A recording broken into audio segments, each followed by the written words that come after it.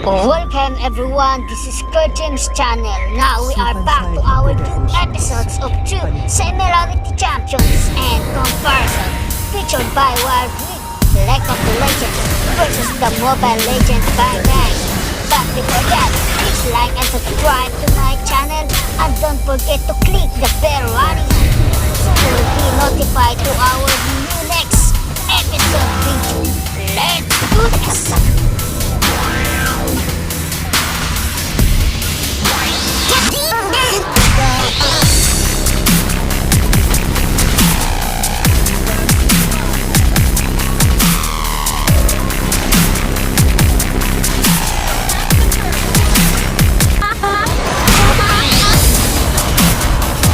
Caitlyn's passive is headshot. After every few shots, Caitlyn will deal bonus damage to the next minion, monster, or champion she attacks. Caitlyn charges up headshot faster if she attacks while in brush. Piltover Peacemaker is Caitlyn's first spell. She fires out a shot that hits enemy targets in a line, dealing reduced damage as it hits more targets. Second is the Yordle Snap Trap. Caitlyn places a trap down that triggers when an enemy champion walks over it. The trap deals damage and roots the champion in place for a short time.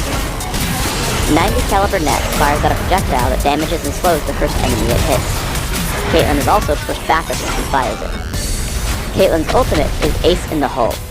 Caitlyn channels to fire out a bullet to the target enemy champion. While the bullet will never miss, an enemy champion may walk into the bullet's path to take the shot for his teammate. As a physical carry, Caitlyn can excel in all three lanes. If she takes top, she can use the brush to prep headshot, hit minions 3 times within the brush and 1 time outside of it for a steady attack.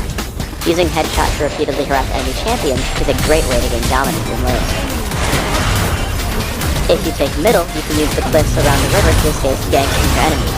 In this case, you should usually wait in the brush before you jump over. Your opponents will have to commit to either side of the cliff, leaving you the option of simply running or using 90 caliber net to escape. In some cases, you can prepare Yordle Snap Traps on the other side to make your escape even easier. The bottom lane functions like the top lane of the brush, and is especially useful if you team up with a support champion like Janna. Since Piltover Peacemaker has a channel pine on the front, some players resort to simply farming with the ability. But fighting against her, you should always be careful about being hit. To help with the learning curve, give her a couple shots showing her animation into the attack. Also, because it's a skill shot, you can always snipe players in the brush or across walls. Because of her exceptional range, she does really well with the lizard buff. Always make sure to fight monsters from the brush to trigger headshot more often. When chasing an enemy, you should consider how to use 90 caliber net. Generally, the slow doesn't make up for the loss in distance. Firing the net backwards will allow you to use it as a simple blink, which might be your most used option. If you're really clever though, you can fire the net forwards while you stand against a thick wall. This will allow you to slow your opponent without losing any ground. The trap has a few major uses: blocking off the paths where enemies would try to gank, shepherding your opponents when they try to attack or defend turrets, and in combination with a teammate's stun or slow. I'm going to show off some convenient trap locations while covering my recommendations for Caitlyn's build. Take armor penetration marks and quintessences, plus mana regeneration per level, heals, and blitz. Use 2109 mastery, taking improved ghost and neutral buff duration. Also take cleanse to complement ghost so that you can escape dangerous situations. For skills, max Piltover Peacemaker first, taking 90 caliber net at level 2, but leaving it at 1 point. Level your ultimate and Yordle Snap Trap whenever you can. Finally, you want to open with Doran's Blade and a health potion. Rush your Berserker's Greaves before taking Infinity Edge and Last Whisper. Once you've finished both, drink Elixirs of Fortitude and Agility, slowly building your last 3 items, Vantage Veil, the Bloodthirster, and Guardian Angel. Let's look at this in non-ideal scenarios. Xin Zhao comes at me with a lizard buff and there's no way I'll make it into the brush. Don't panic, just wait until 90 caliber net will both slow him and send yourself to the tower. Just make sure you don't miss. Me? Miss? Not by a long shot. Yordle Snap Trap also combines well with the teammate. Here I bait Xin Zhao out and Kerjims is waiting off to the side. I wait for the taunt and then I immediately drop down the trap, ensuring an easy kill. Sometimes these mechanics work together. Garen tries to fight me and then ghosts away once he realizes he's losing. I cast a 90 caliber net backwards, hop over the wall, and then fire Piltover Peacemaker while he's still in the fog of war. In teamfights, you want to constantly cast Yordle Snap Trap. While I initially missed the trap against both Malzahar and Garen, they both end up triggering later in the battle against Garen, giving us the kill. You especially want to place them in the brush to make them harder to dodge.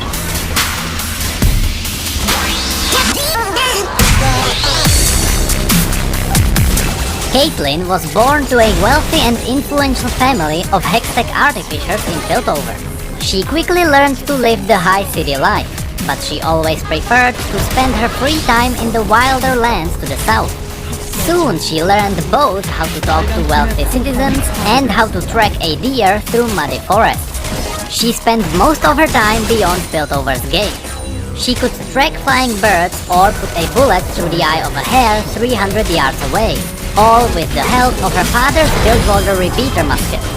Most of her potential was based on her intelligence and her willingness to learn from her parents, who helped her understand what is right and wrong. Though the family's engineering skills made them wealthy, her mother always warned her about the false promises of Piltover, that the city can harden even the kindest heart.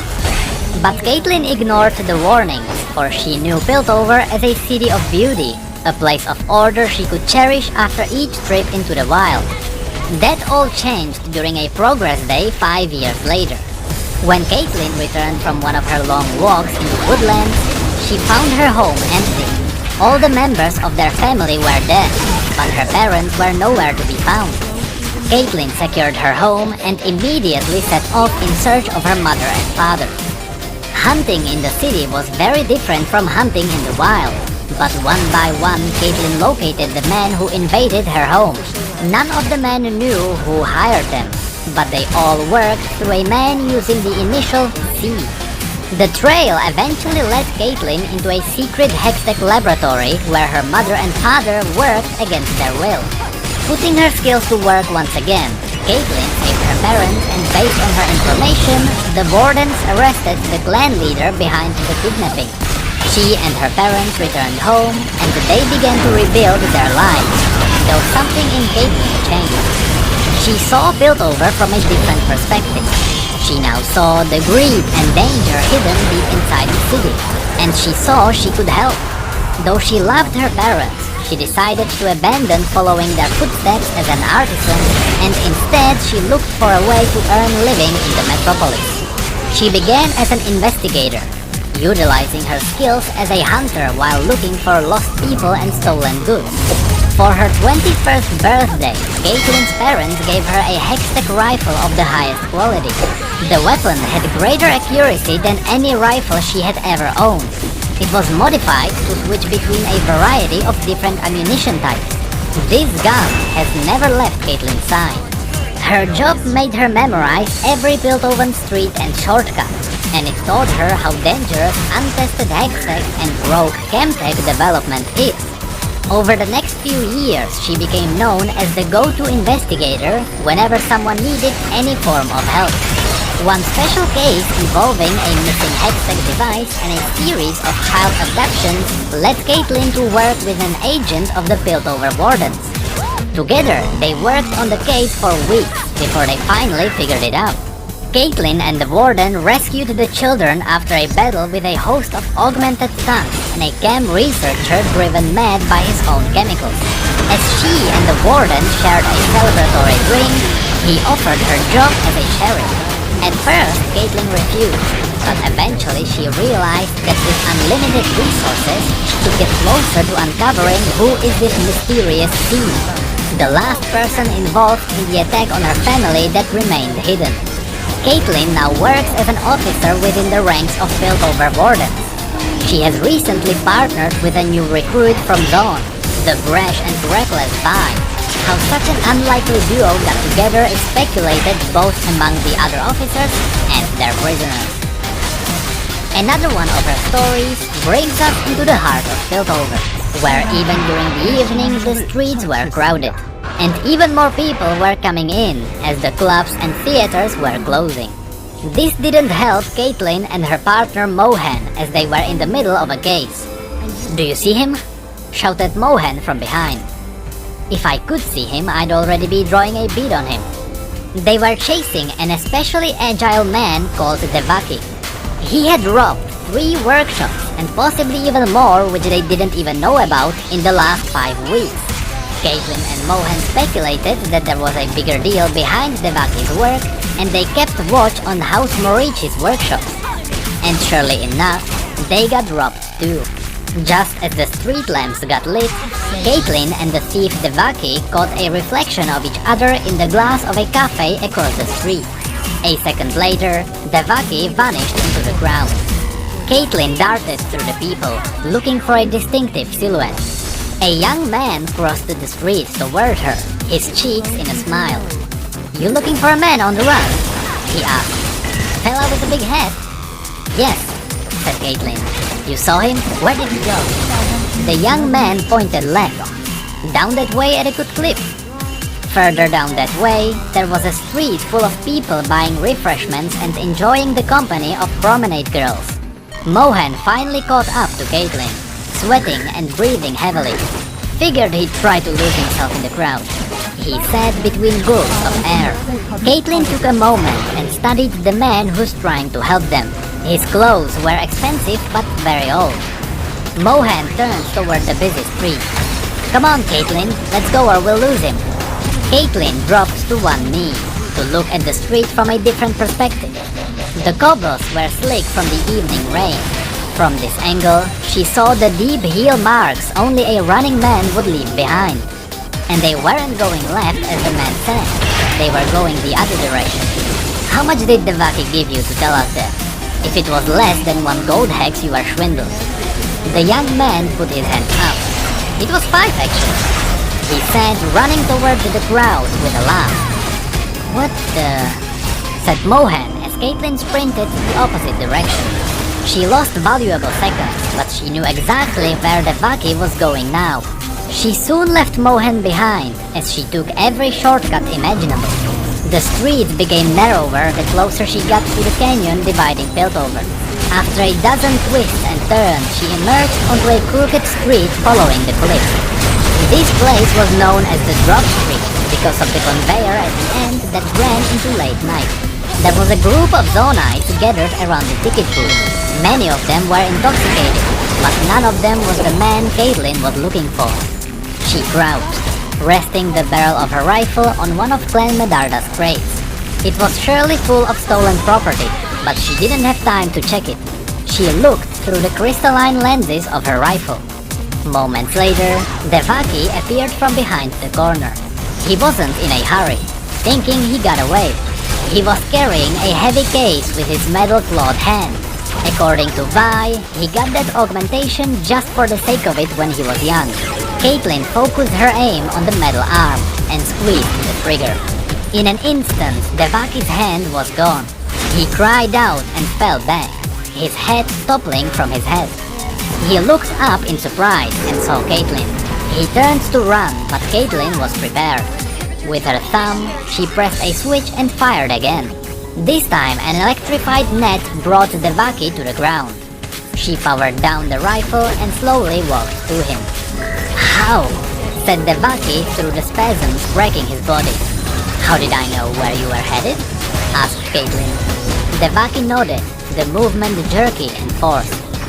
"Your previous thefts were meaningless in themselves, but when I looked at them as a part of a larger scheme, it seemed like you were gathering components to build a version of Vishva's Hexlane caliber," said Caitlyn. She knelt beside Devaki to place a hand on his body.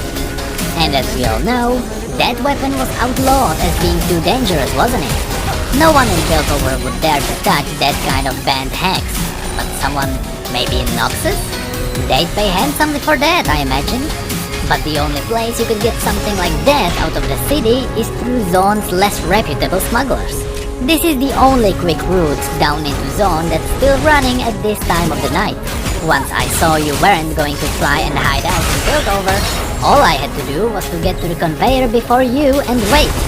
So you and I are going to have a long talk, and you're going to tell me who you're working for. Devaki didn't answer, and Caitlyn grinned as she reached over his prone body. "Nice head," she said. And that is the story of Caitlyn. If you want more stories with her, wait a few days for me to finish Vi's lore, or watch the Progress Day story which is on my channel right now. Either way, thank you so much for watching. If you enjoyed this video, feel free to leave a like down below together with any form of feedback you may think of. If you want to talk to me, follow me on Twitter, Facebook or Discord. Again, thank you so much for your support, I really appreciate it.